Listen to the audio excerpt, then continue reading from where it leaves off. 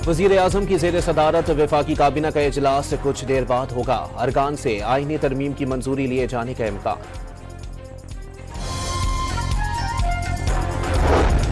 आईनी तरमीम और मुल्क की सियासी सूरत हाल पर वजीर आजम ने बैरून मुल्क जाने का प्रोग्राम मुलतवी कर दिया। वजीर आजम ने मंगल के रोज समूह के लिए रवाना होना था। सेनेट का दोपहर 3 बजे और कौमी असम्बली का इजलास शाम 6 बजे होगा।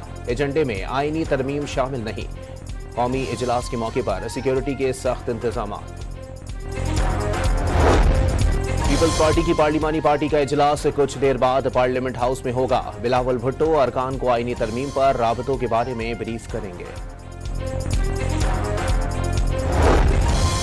पीटीआई फजलुर रहमान को चक्कर देने की कोशिश में है। धोखा देना इनके बस की बात नहीं। मौलाना आज इजलास में जरूर आएंगे और वोट भी देंगे। राना सनाउल्लाह की गुफ्तगू।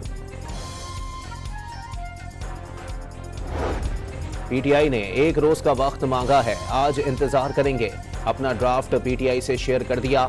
बानी पीटीआई ने मस्बत पैगाम भेजा है। फजलुर रहमान की प्रेस कॉन्फ्रेंस। मौलाना फजलुर रहमान कौमी असम्बली में आईनी तरमीम का बिल पेश करेंगे। तहरीक इंसाफ को भी काहिल कर लेंगे। बिलावल भुट्टो का दावा।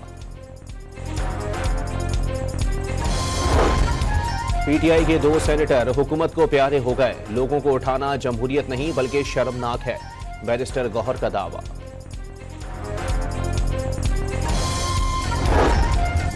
मौजूदा असम्बली से किसी किस्म की कानून साजी को तस्लीम नहीं करते। अरकान असम्बली को अगवा किया जा रहा है। अरबों रुपए की पेशकश की जा रही है। असद कैसर का इल्जाम।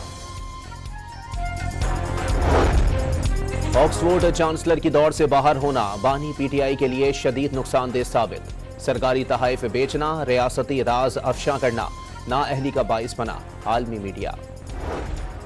और खैबर पख्तूनख्वा के 17 अजला में ज़िमनी बल्दियाती इंतखाबात के लिए पोलिंग जारी।